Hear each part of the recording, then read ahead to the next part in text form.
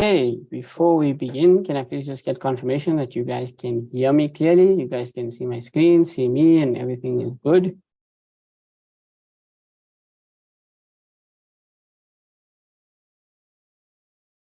Okay, great, cool.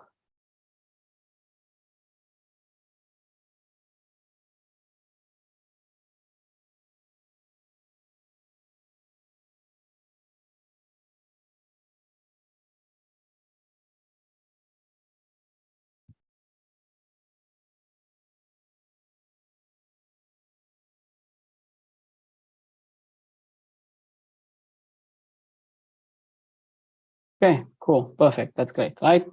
Okay, assalamu alaikum and good morning. Welcome back, guys, to Physics for Grade 10 by Inspired Teens. Sorry that we started a bit late, just the classes have been ending slightly late. Okay, so today we're going to continue with wave, sound, and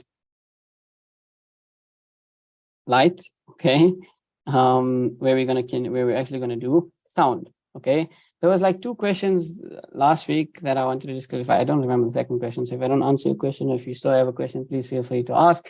But the one was about pulses and how many pulses create a wave.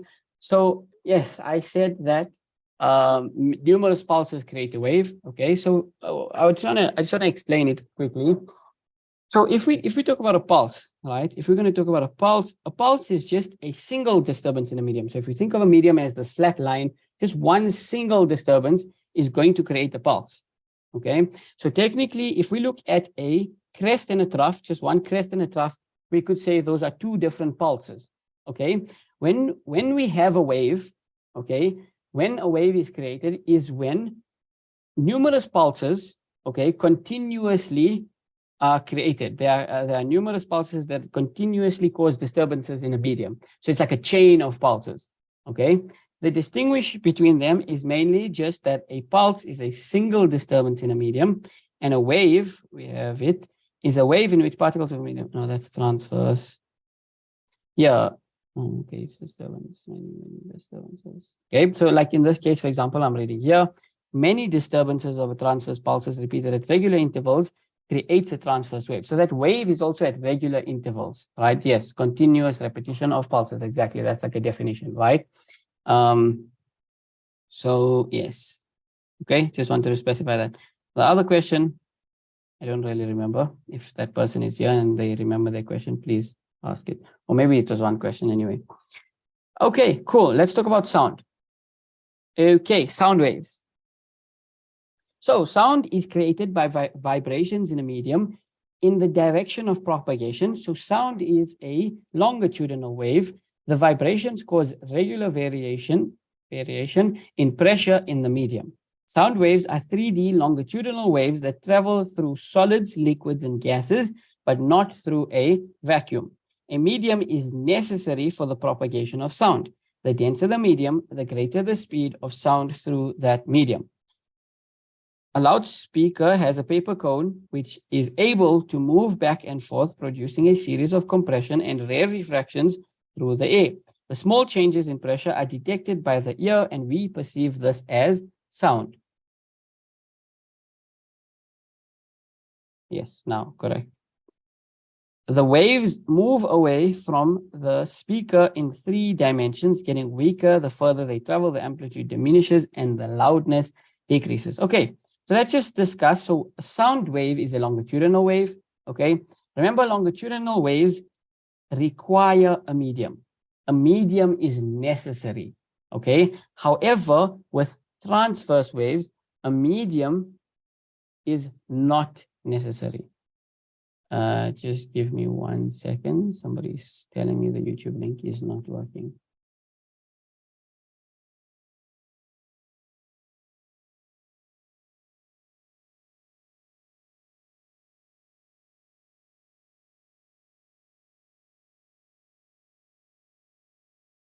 Okay, so that's something we need to note. Okay, so for example, in space, right? Have you ever wondered why astronauts use intercoms to speak? It's because they can't just scream at each other across space because there's no particles in space. Space is a vacuum. Okay, so sound will not travel through space. Okay, so that's important to note. And on the contrary to that, we have transverse waves, okay, which do not require medium. An example of a transverse wave is actually light. That's why we can see the sun, and we see the sun reflecting the stars and the moon and everything, right? Is because the light travels through space even though there is no medium. Okay, so yes, sound waves. Let's talk about wave properties and sound. We're going to talk about frequency and amplitude. Frequency and amplitude. So frequency, what the human ear perceives as pitch, right? Measured in hertz. So the unit of frequency is hertz, okay? And what we need to know, pitch and frequency are essentially the same thing, right? Pitch is directly proportional to frequency. Pitch is directly proportional to frequency, meaning the higher the pitch, the higher the frequency. The lower the pitch. Shut up, Siri. Sorry. Okay, the lower the pitch, the lower the frequency. 1 second. Don't mind my computer. That sounds like a lawnmower. I hope you guys cannot hear that. Okay, the lower the pitch, the lower the frequency. Is it true ultrasound can remove gallstone and detect cancer? I think so. Okay, we'll go through some medical things. I'm not sure about the gallstone thing, but I think, yeah, it can detect cancer. Is vacuum an empty space? Yes. So a vacuum is basically a space with no particles. If we consider Earth and the atmosphere in Earth, right? We may not see it, but all around us, there are particles. There are particles of air, oxygen molecules traveling all over around us, right? Air molecules, basically, throughout the entire Earth, okay? So the atmosphere is not empty. Okay, it's not a vacuum. There are particles. So, for example, when you are talking to one person that's across you, 5 meters away, 1 meter away, right next to you, the sound, okay, of you speaking is traveling across the particles of air and then into their ears. Okay, if the air was not there, you would not be able to hear them. Sound would not be able to travel. Okay, and then in space, there are no particles, so there's nothing for sound to travel through. Okay, just one more thing, actually, the speed of sound, which is interesting. So technically, okay, the speed of sound, if we have to compare it in air, liquid, and solid, it's actually fastest in a solid. The reason is because the particles are packed closely, more closely in a solid. So therefore, the sound can travel faster from one particle to the next and across the medium. Okay, so when you're speaking to someone underwater, actually, it's actually, they'll hear it before they'll hear it if it was in air. Now, obviously, that is negligible. The speed difference is negligible because the speed of sound in air is like 343 meters per second. Okay, so that's like quite fast, right? So if that's in air, maybe in liquid, it's a bit faster, but you're not going to be able to tell the difference. But technically, it is faster in liquid and then faster in a solid as well. Okay, so that's important to note, is that the denser the medium, the greater the speed, as they mentioned here. Okay, cool. Okay, so we're talking about pitch, and we said that pitch is directly proportional to the frequency. Higher the pitch, higher the frequency. So what is high pitch frequency? Just an explanation. Example, the brakes of a car squealing. It's a very high pitched sound. Okay, a low pitch, which results in low frequency, is like the bass of a guitar. Okay, very low pitch. Okay, I hope that makes sense. But the main thing for you to denote is that high pitch, high frequency, low pitch, low frequency. Okay, so you need to be able to read a graph and be able to tell which one has a higher frequency and therefore which one has a lower pitch. Which one has a higher frequency and therefore which one has a higher pitch. Then we talk about amplitude.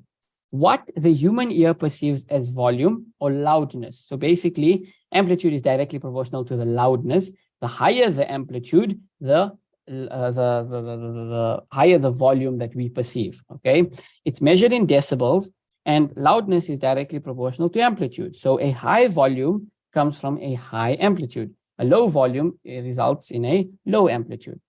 Okay, so pretty self-explanatory for pitch, amplitude. You need to know that frequency and pitch are directly proportional, and amplitude and loudness are directly proportional. Yes, ultrasound. Okay, so ultrasound, humans can hear sound between 20 hertz and 20,000 kilohertz, 20 kilohertz, which is basically 20,000 hertz. Okay. Ultrasound refers to sound waves of a higher frequency than we can hear. So basically above 20,000 hertz or 20 kilohertz. They're saying from the range of 20 kilohertz to 100 kilohertz, more or less, right? Uses. So here are some uses of ultrasound. Uses: treatment of sport injuries. Waves are fed through the skin to increase blood flow to the injured area. Imaging in pregnancy. When an ultrasound wave encounters a boundary in a medium, part of the wave is reflected, part absorbed, and part is transmitted through the boundary. The reflective waves are detected in the same way as echoes and can be used to form an image. This is known as sonar imaging. Yes, that's correct.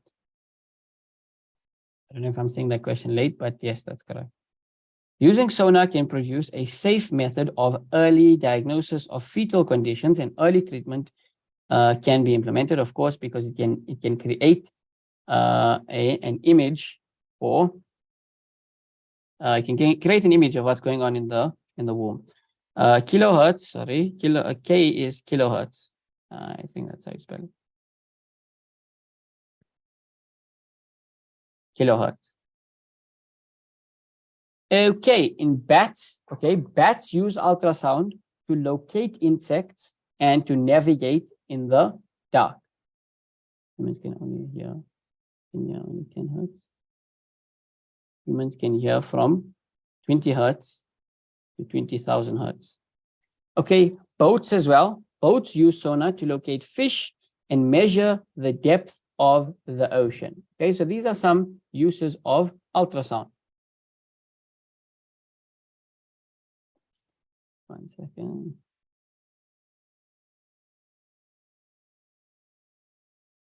Okay, let's talk about echoes.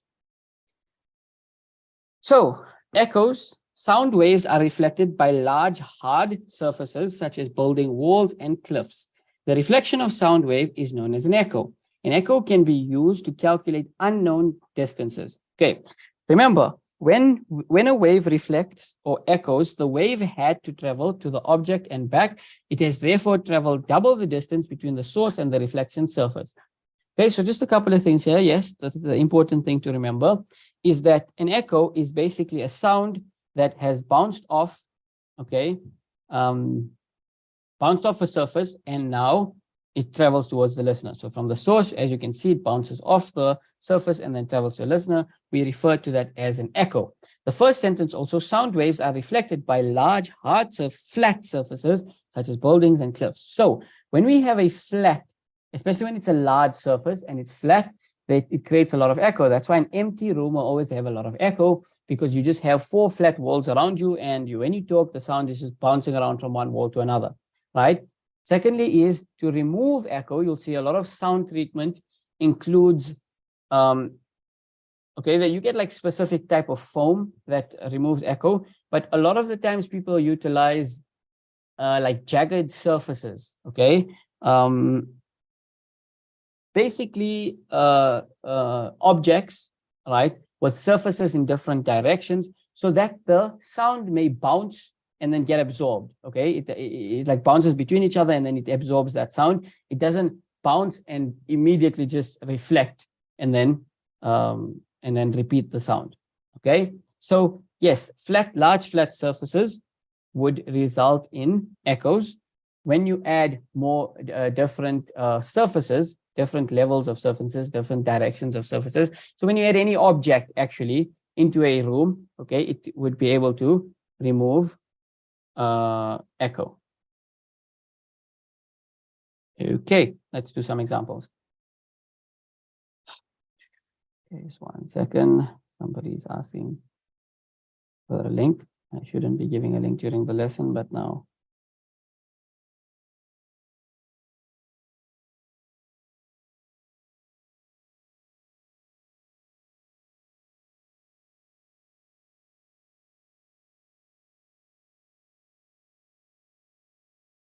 Okay, let's have a look at these examples, right? So these are echoes. Let me get out my answers.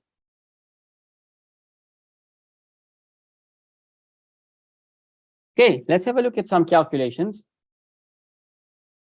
Please repeat what you said about jagged surfaces. Okay, so basically flat surfaces would create echo. Jagged surfaces would remove echo. Okay, so I don't know if you've ever seen sound panels, okay, or in a lot of auditoriums or like any sort of hall that has like a stage, okay, they have a lot of uneven, that's what I was trying to get, uneven surfaces, okay, so not completely flat, not one single surface, okay, jagged surfaces, meaning pyramidal surfaces, okay, you see a lot of sound treatment where they have uneven surfaces, even if you just have something popping out here and there and everywhere, different levels, different heights, okay, that would help to remove the echo, to treat the sound and yes, remove the echo. Okay, so it's just about jagged surfaces. Okay, it's just for your understanding of echoes. Just mainly flat surfaces would create an echo, would allow for that echo. Uneven surfaces would help to contain that echo. Okay, so let's have a look at some calculations for this section, right? So the time taken for an echo to be heard by a listener on a ship is measured and it is found to be 0.8 seconds. The speed of sound in water is 1,480 meters per second. Okay, that's pretty loud actually. I mean, that's pretty fast. Okay, determine the depth of water at this point. Okay, time taken for echo to... Okay, so we have the ship.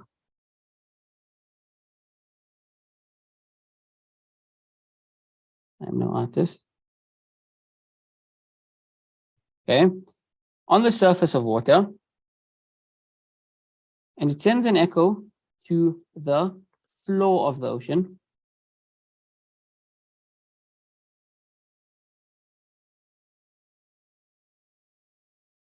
And the echo is heard back. Okay, so they say that the time taken for this echo to be heard by that listener is 0.8 seconds. Okay, so remember, this time is from the time they released the sound to when it bounces and hits back is 0.8 seconds. Okay, so to get to the floor was 0.4. And to bounce back again was 0.4. That's why it totals in at 0.8 seconds. Is a particle a surface?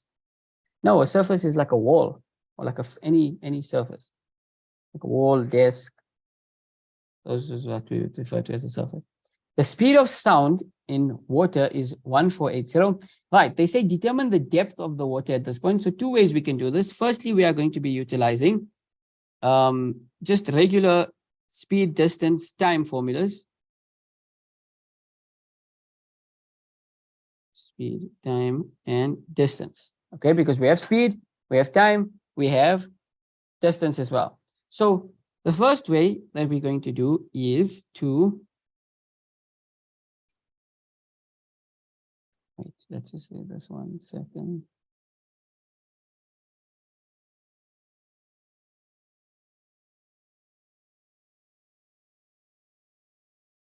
Okay, so calculate the depth of the water. D is equal to, distance is equal to speed times time.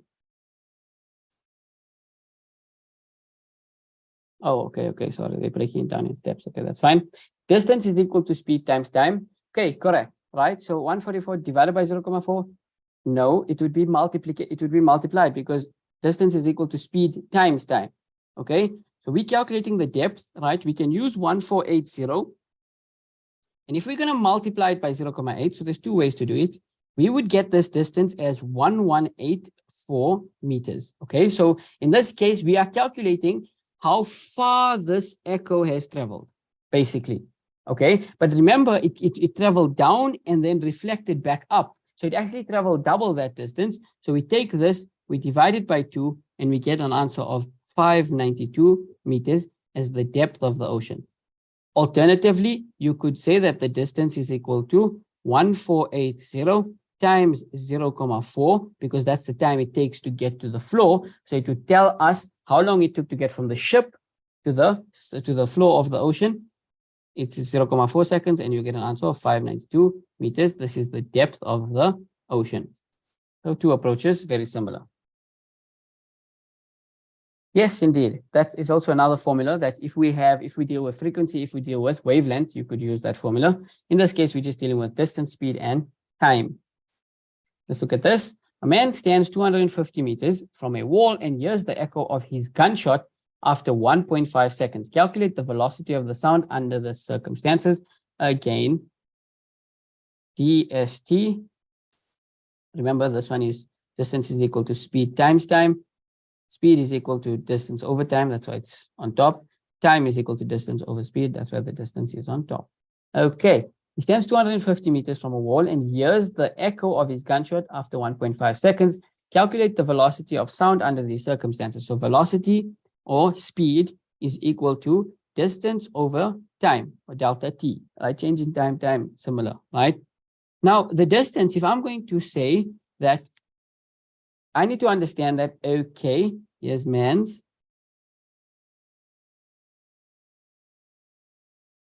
Okay, with his gun.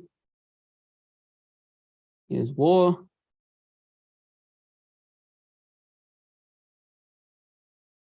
Avenue.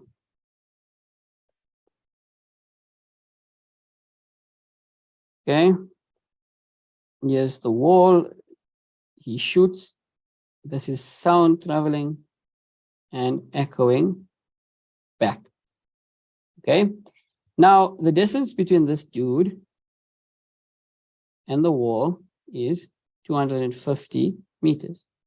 Okay. The total time it takes for him to hear his gunshot is 1.5 seconds. This entire distance is 1.5 seconds. And he hears the echo of his gunshot. Now, the distance traveled by the sound in 1.5 seconds is from the guy to the wall, and then from the wall back to the guy. So it's not just 250, it's 500. What is lambda? Wavelength, correct. It's 500 meters. If I'm going to use 1.5 seconds, I need to make sure that I use a distance of 500 meters. Why? Because remember that it traveled from the man back. Okay? It traveled from the man back to the man. Okay, so 500 divided by 1.5 seconds, and that would make sense. When I do this calculation, I get an answer of 333 meters per second. The -1. Alternatively, if I'm going to use 250 meters as my distance that the sound travels, because in order for this thing to travel the time that it takes to travel 250 meters is actually half of 1.5 seconds. So you'd have to half it and you'd use 0.75 seconds in that case. Okay. So if you are working with from the guy to the wall only, that is 250 meters, you need to understand that the echo is from man to wall, wall back to man. So the echo is actually double the time, then double the time that it takes to get just from the man to the wall. So therefore, if you're going to use the distance from just the man to the wall, which is the 250, the given amount, you need to half that time. Okay. And you are definitely going to get a similar answer. Let's see the difference actually. If it's not exactly the same, and it's exactly the same.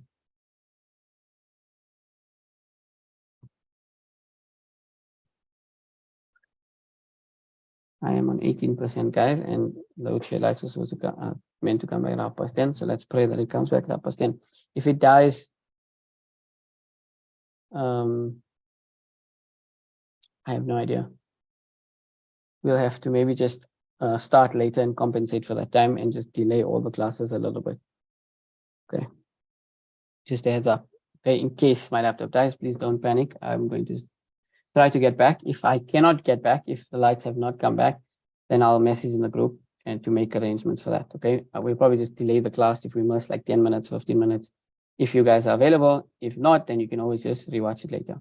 Okay. Let me see some questions. Why isn't it half? Okay. I think I maybe answered that question by doing the second calculation.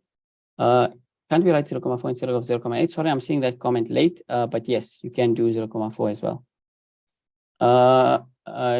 Why isn't it half of 1.5? I think I answered that now by doing it as 250 meters. Can you explain what is the -1 is? I will. Why do you put -1 meters per second? Okay, I'll explain that. If you got a decimal answer, must you take it so that it's only 2 decimal places after the comma? Yes, you should round off to 2 decimal places after the comma, unless you are dealing with finance and maths.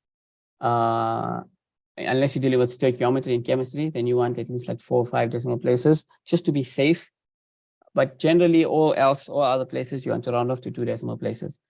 Somebody is asking, why do you put the -1 in meters per second? So when we talk about meters per second, it's actually a velocity. Velocity's defining formula is the change in displacement, or displacement, which is the change in distance, over the change in time, basically. Change in distance over change in time. This is the formula for velocity, right? Now, the units for displacement are in meters, and the units for time is in seconds. So it's meters per second. Is that delta? Yes, that's delta. Delta just means change. Okay, there we go. Let's go back. Thank God. Sorry, I'm just going to mute.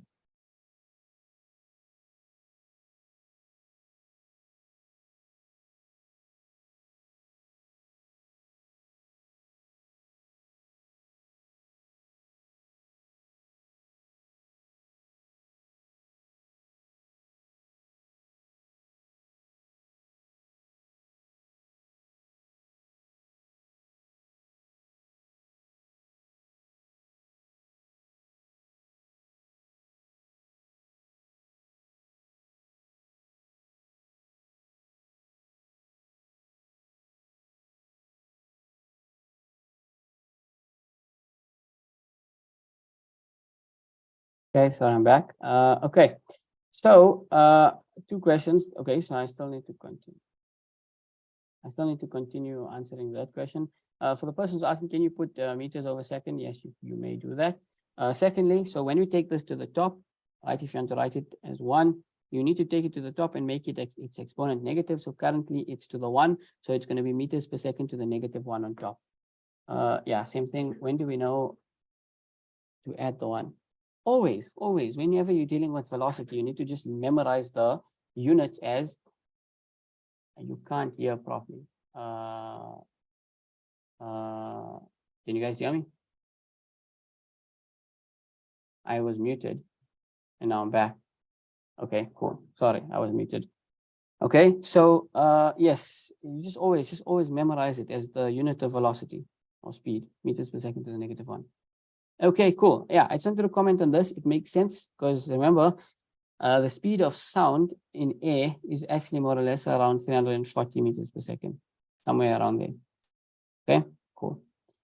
So that's that question. That's that question answered. We just need to know about the doubling up of things, doubling up of distance. Can you explain the boat one again? Sure, no problem, right? Let's go through it. So the time taken for an echo to be heard by a listener on a ship is measured and is found to be 0.8 seconds. The speed of sound in water is 1480 meters per second to the -1. Determine the depth of the water at this point. So basically, what happens is there's a sound on the surface of the earth, of the surface of this water. It releases a sound and it bounces and echoes back to the boat. Okay, so they're saying the time it takes for them to hear that sound is 0.8 seconds. Now remember that 0.8 seconds entails of releasing the sound, it bouncing and coming back. It's 2 distances traveled. The one is going down, the one is going up. So if it's 0.8 in total, it actually takes 0.4 seconds to reach the floor and then 0.4 seconds to get back up to the floor. Okay, so that's why in that case, they wanted us to calculate the depth of the water. So distance, essentially, distance is equal to speed times time. So this is the better one to use. If you want to calculate the depth, you're going to say the speed, which is 1480, times the time it takes to get there. So from the boat to the floor of the ship, that would give us the depth, because obviously the boat is on the surface of the water, and you would get 592 meters. Okay, let's move on. Let's talk about electromagnetic radiation. So electromagnetic radiation behaves like 2 different types of behaviors it has, okay? It can either act like a wave or it can act like a particle, okay? So it acts like a wave when it travels.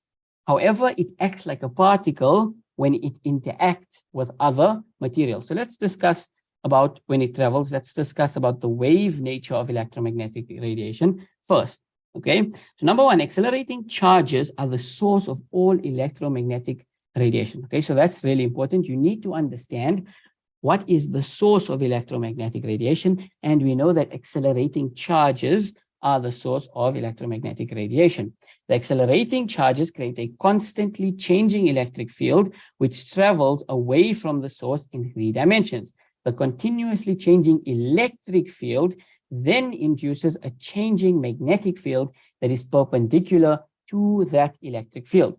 The changing magnetic field in turn produces an electric field. Okay, so that's a lot of fields, but they work hand in hand, meaning the electric field, where are we? Electric field, okay, and the magnetic field, okay, these work hand in hand, meaning one creates the other. So when we have an electric field, it will create a magnetic field. And when we have a magnetic field, it will actually create an electric field as well. So that's why they complement each other. So basically, our start of electromagnetic radiation are accelerating charges, and they create the electric field at first. And therefore, the electric field induces a changing magnetic field as well that is perpendicular to the electric field. The changing magnetic field then basically keeps up that electric field. Okay, so as we can see, before we look at that other flow chart, we can see that electric field is the vertical field and magnetic field is the horizontal field. Okay, so accelerating charges produce a continuously changing electric field, which then induces continuously changing magnetic field at 90 degrees, and an electromagnetic wave is created. Okay, so this is a 3-dimensional diagram of how it looks. I stopped sharing my screen for a second. I just want to show you guys a quick video of how it works.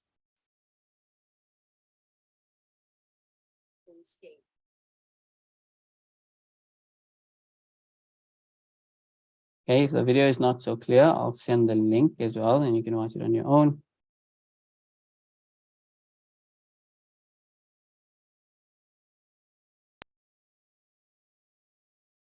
Okay, then you guys can see my screen now. So this is just a screen to show us, right? Just 3-dimensionally, we can see it in the diagram. But if we can see it in a motion diagram, we can... In an electromagnetic wave, why are the electric and magnetic fields both at their maximum at the same time and at the same place? The fact that the electric and magnetic fields are in phase with one another is a counterintuitive result. Okay, so yes, basically, as you can see, this is what we mean by a continuously changing electric field and a continuously changing magnetic field. They induce each other, basically. We can see that the electric field is in the vertical field, and the magnetic field is the horizontal field. Cool. Okay. And as we can see, the direction of propagation in this case is like sort of towards the right. And this continuous changing electric field and magnetic field is what creates these electromagnetic waves. So yes, its propagation is important for us to understand. Let's read this paragraph. Electromagnetic waves are created by oscillating. Oscillating just means like a continuous motion, right? By oscillating magnetic and electric fields which move at right angles to each other and to the direction of the propagation of the wave. Okay, cool. Let's talk about the particle nature of electromagnetic radiation. So electromagnetic radiation transfers energy in other matter to other matter in packets called photons. So packets are basically the way of measuring energy. We call them energy packets, actually. Okay, it's like one packet of energy. Okay, it's how we measure energy. Okay, so electromagnetic radiation transfers energy to other matter in energy packets called photons. Photons have a set amount of energy called a quantum.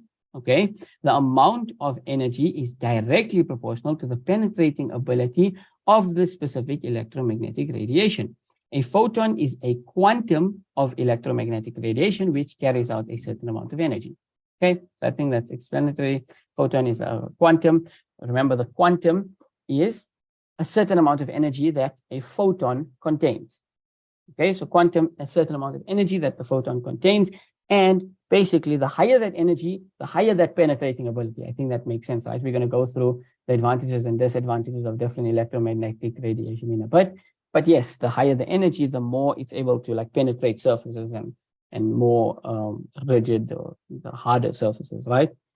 Okay, energy of a photon can be calculated using the following formula. So let's just go through these formulas quickly. The main one being E is equal to H times F, which is energy is equal to H is actually Planck's constant, which is 6.63. It's a constant, which is given 6.63 times 10 to the negative 3. Okay, and then we have E energy and we have frequency in hertz. Okay, it can also be written as E is equal to hc times lambda.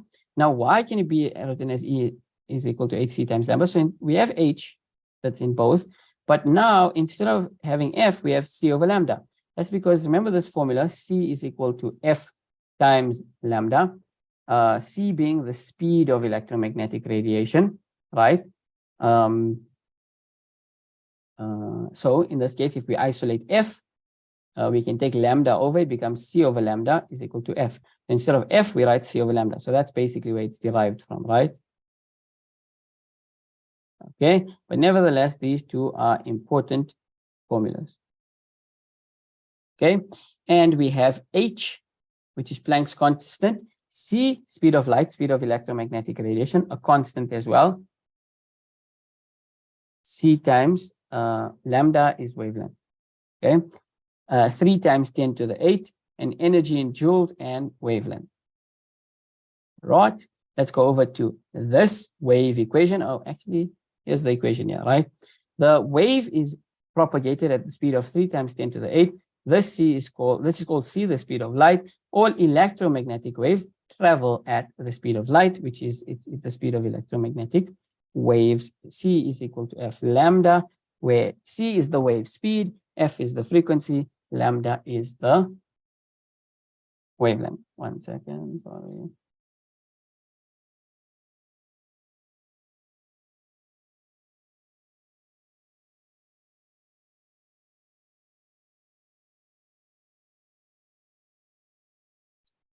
Okay, cool. So let's go ahead and do some examples.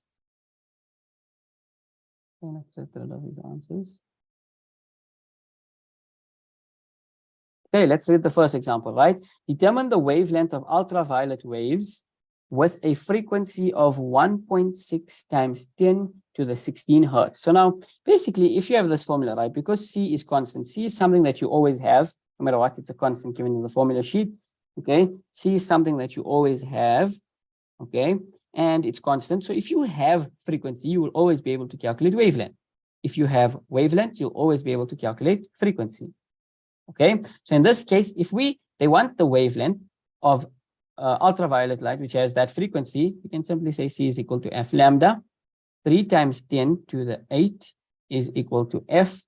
We have F 1,6 times 10 to the 16 times lambda. Okay, and then we obviously take 1.6 over, and then we get an answer of 1,88 times 10 to the negative 8. We need to put this in meters. Lambda is always measured in meters. Let's go through units. Okay, it's here. Meters, hertz, meters per second to the negative 1. Let's look at the next one. Determine the frequency of a radio wave with a wavelength of 300 meters. So basically, C is equal to F lambda again. 3 times 10 to the 8 is equal to F. This time we have lambda. So F is equal to, we actually get 1.1 times 10 to the 6, not meters, hertz, man. Hertz. Or rots. Yeah. Then we go through electrostatics if we get there. I will try my best to get there. But yes, it's definitely like next somewhere. It's a long section. Okay, let's do some practice utilizing E is equal to HF formulas. Calculate the energy of a microwave with a frequency of that. So E is equal to HF, energy and frequency, right? Energy, frequency is in this formula. E is equal to H times F, where the energy is equal to H. Remember, H is Planck's constant, 6,63 times 10 to the negative 34, that is Planck's constant, times the frequency, which is given, 4,5 times 10 to the 10, and we'll get our answer in joules. Remember, energy is in joules. So when you do this calculation, when you multiply those two values out, you get 2,98 times 10 to the negative 43 joules. Okay, let's look at this. Determine the energy of a gamma ray with a wavelength. So now they want the energy, but they're giving us wavelength. Remember, there were two versions of this formula. One, we can calculate energy using frequency. The other, we can calculate energy using wavelength. What is E? E is energy. The big E is energy in joules. Yes, energy in joules. Okay. Where did you get negative 43 from? It's a constant. Negative 34, you mean? Oh, negative 43. I did the calculation. Well, I didn't calculate the calculation. I'm stealing the answer from the memo. I was still getting yesterday's maths PDF. Yesterday's maths PDF has been uploaded to the Google Drive yesterday already. All right. So, yes, in this case, we're going to use E is equal to HC lambda because they want energy and they gave us lambda. H and C are both knowns. 6,63 times 10 to the negative 34 times 3 times 10 to the 8 divided by the wavelength given. It needs to be in meters. 4 times 10 to the negative 14 meters. When we do this calculation, we get an answer of 4,42 times 10 to the negative 12 joules. When do you know which formula to use? That's a great question. So let us do this. When you are given, when you are working with energy and frequency, you are going to be using this first formula, which has energy and frequency. When you are asked, or when in the question you're dealing with energy and wavelength, you are going to be using this formula, which has energy and wavelength. Does that make sense? Okay, so you need to see which one the question, what the question has, what are they asking. In this case, they're asking for energy on the left here. They're asking for energy and they gave us frequency.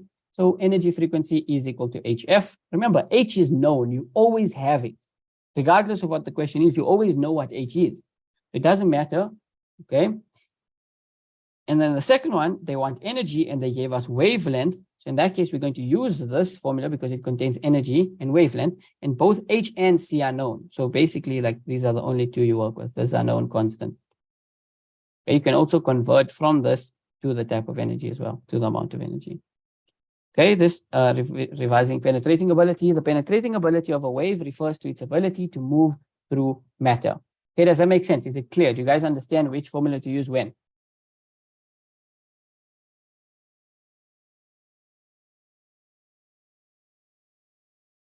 Okay, when you're given frequency, you will use E is equal to HF. When we're dealing with wavelength, you will use E is equal to HC over lambda. Okay. Yes, so the higher the energy, the greater the penetrating ability. Basically, they're directly proportional. And the higher, okay, so I can circle over electrostatics. Okay, I will try my best to get there, but most likely not because there's 5 minutes left. Electrostatics actually comes after. We still have to go through magnetism, and then there's electrostatics. And there's electromagnetic radiation, which is magnetism. Okay, so yes, okay. And one thing we need to know, that frequency and energy, yeah, let's not rush. One thing we do need to note here is that frequency and energy, let's do it the other way around.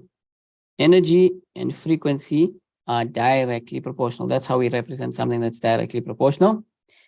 And when we talk about energy and wavelength, okay, is H always that? Yes, H is always that. H is always that. It's a constant in the formula sheet it's given. How much? Yes, this will be uploaded to the Google Drive. When we talk about energy and wavelength, we have to discuss that they are inversely proportional. So how do we represent something being inversely proportional? Like this. So basically, you will use the directly proportional symbol, but you will say 1 over that, whatever that variable is. So in this case, E is directly proportional to F, and E is indirectly proportional to lambda. That's important. Is E indirectly proportional to H? No. H, there's no relationship between H and E. H is constant. H never changes. It's always the same. Well, they ask us to calculate wavelength. Yes, they could. Okay, so they could give you the energy and you'll be asked to calculate wavelength as well. Okay, you just work backwards in that case. Okay, so note that from here. Another thing we need to note, okay, is that, remember this guy is constant. C is constant. Why? C is the speed of light, which doesn't change in the medium. Okay, it doesn't need a medium, but yeah. So it doesn't change, right? That's the speed of light. So if this is constant, okay, it actually creates an inverse relationship, and I'll explain in a bit, creates an inverse relationship between wavelength and frequency. We need to note this, right? That wavelength and frequency are actually inversely proportional. Wavelength and frequency are inversely proportional. So let's discuss it. How many marks will it be? Depends on the question. Could be a 3 to 4 mark question. Right. So remember we defined wavelength, we defined frequency as the amount of waves in 1 second. Let's consider this guy.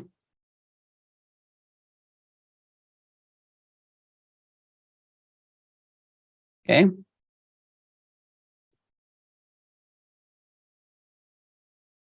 So in 1 second, right, in this case, we have one wave. Okay. It says here 1 second. We have one complete wave. Okay. So in this case, remember frequency defined as how many waves in 1 second. So in this case, we actually have a frequency of 1 hertz. 1 hertz. Why? Because there's one wave in 1 second. Now, let's change that up, right? Let's do this.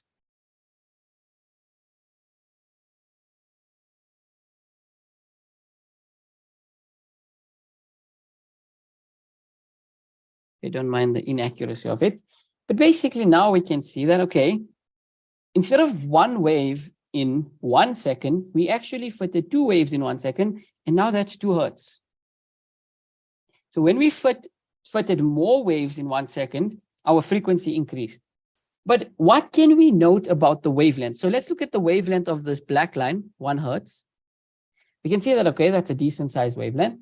As soon as we go to the red one, we can see that, okay, if we compare them, the wavelength of the black graph is that, and the wavelength of the red graph is that. So we can see that the wavelength has decreased. When we increase the frequency, we actually decrease the wavelength, because when we increase the frequency, we're trying to fit more and more waves in 1 second, which would then result in the wavelength being decreased. What's the difference between the sign for directly and indirectly? So can we also use the wave equation V is equal to F lambda? Yes, so V is equal to F lambda is a very similar, if not the exact same equation. So that's for waves, okay, speed of light in this specific case, because remember, you get different types of waves. You don't just get light waves or electromagnetic waves. You get maybe sound waves. In that case, the speed would be different. Okay, so you can use V is equal to F times lambda. Lambda, in this case, the speed is just represented by C, which is the speed of light, but it's essentially the same formula because C and V are both velocities. What's the difference between directly proportional and indirectly proportional? If I wanted to say A is directly proportional to B, I would say A, this indication, B. If I wanted to say A, so directly, if I wanted to say indirectly proportional, I use the same symbol, but for the other quantity, I'd use 1 over that quantity. That's the difference between directly and indirectly. Okay, let's move on. Okay, before the time runs out, I just want to just briefly go through this, then we can end. So, yes, it really does not matter. You're not going to lose a mark if you're going to use C or V, really, provided you use the correct speed. You're going to use 3 times 10 to the 8. That's the main thing. Okay. But yes, for electromagnetic radiation, it will be C instead of V. But they are the same, exactly. Both C and V is speed. It's just that C specifically refers to the speed of light for electromagnetic radiation. Okay, it's just another symbol. Okay, let's look at the entire electromagnetic spectrum and the different waves, right? So, okay, so we have the electromagnetic radiation on top here. In order, of frequency. Okay, so we're starting in ascending order of frequency. So as you can see this little squiggly line, right? So here on the left-hand side, you can see that we have big wavelengths. As you can see, right? Big wavelengths, big wavelengths. But a bigger wavelength actually results in a smaller frequency. So on the left, we have bigger wavelengths, but smaller frequencies. Then as we start going, big, big, big, it starts getting really small and much more concentrated. Smaller wavelengths, but remember, now we're fitting more waves in 1 second. So higher frequencies.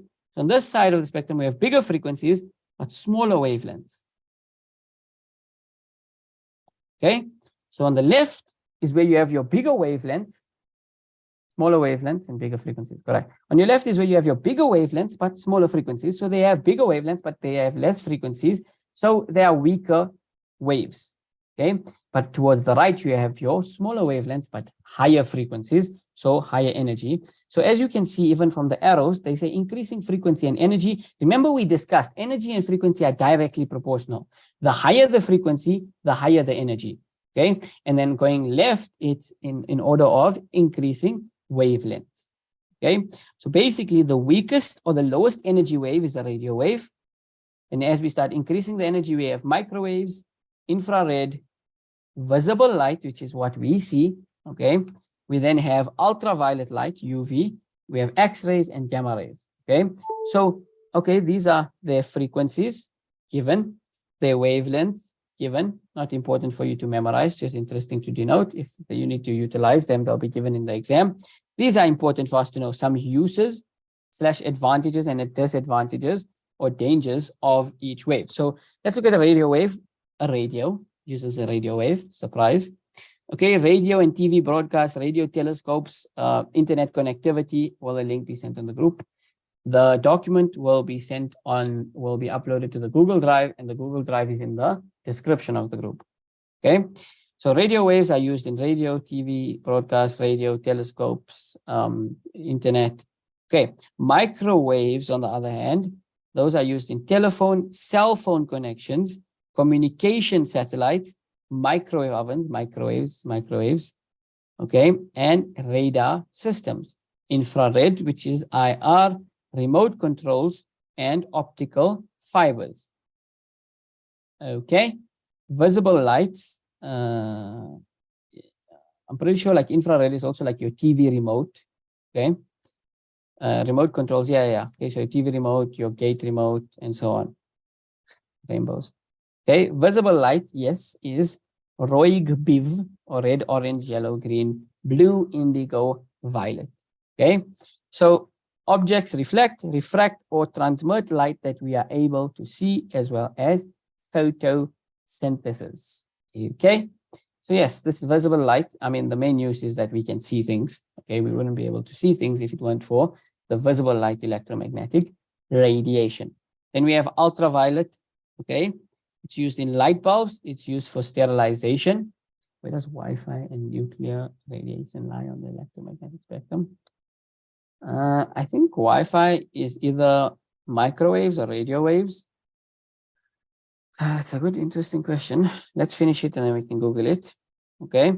However, we have now, because, okay, do you see the disadvantages start? Okay, technically, radio waves, microwaves, their disadvantages should be, they're more long-term effects. But the more obvious disadvantages are for the more stronger waves. So damage to the eyes and skin for ultraviolet, right? So obviously overexposure. Actually, overexposure to UV rays could cause skin cancer. Okay. X-rays are used in X-rays. Wow, shocking. CT scans, okay, and security scans as well. All right. However, X-rays could cause damage to skin and underlying tissue overexposure to it, okay, if you do not use it properly. Gamma rays, okay. Radiation of cancer. So gamma rays are actually used in chemotherapy, okay. They kill cancerous cells, okay. Then we have some disadvantages of gamma rays. Damage, they could cause damage to tissue, and there's the answer to the nuclear radiation. Gamma rays, so nuclear radiation would fall on gamma rays on the electromagnetic spectrum. I think your Wi-Fi would fall under microwaves, where you have cell phone connections, and communication satellites. Is Wi-Fi a microwave? That's the weirdest thing I Googled. Wi-Fi is an example of a microwave. Okay, so that's the answer to your question. Okay, there's a summary which you guys can please go through. We've been through it. Then next week we will start magnetism, Earth's magnetic field, and so on. There's like electrostatics and that, and hopefully we will get to electrostatics quickly and then eventually electric circuits. But yeah, if there are no further questions, we can end it there. I'm slightly late to start the next class. So, any questions? Quickly, could you guys please tell me, while you guys, I do have you here, what topics are you guys currently busy with in school? Is a microwave a microwave? A microwave is not a microwave. A microwave is an appliance. The microwave utilizes microwave to heat your food. So a microwave uses microwaves.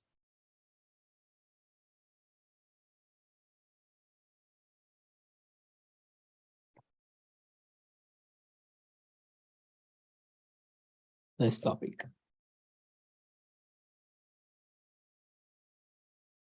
Okay, so many people are still here with photons, electromagnetic radiation, electromagnetic spectrum. Some people are in electrostatics. Many people, it's like half. We almost got up. Okay, perfect. Photons, going to start electrostatics, representing atoms and compounds. That's chemistry.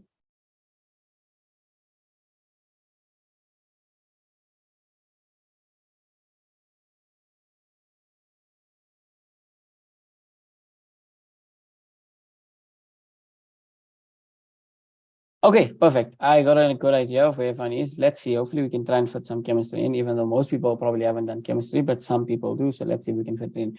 Okay, cool. So let's end it there. Thank you guys so much for joining. All the best for your school week, and I will see you guys next week, same time. Okay, cool. Okay. Thank you guys so much. Jazakallah khair. Assalamu alaikum.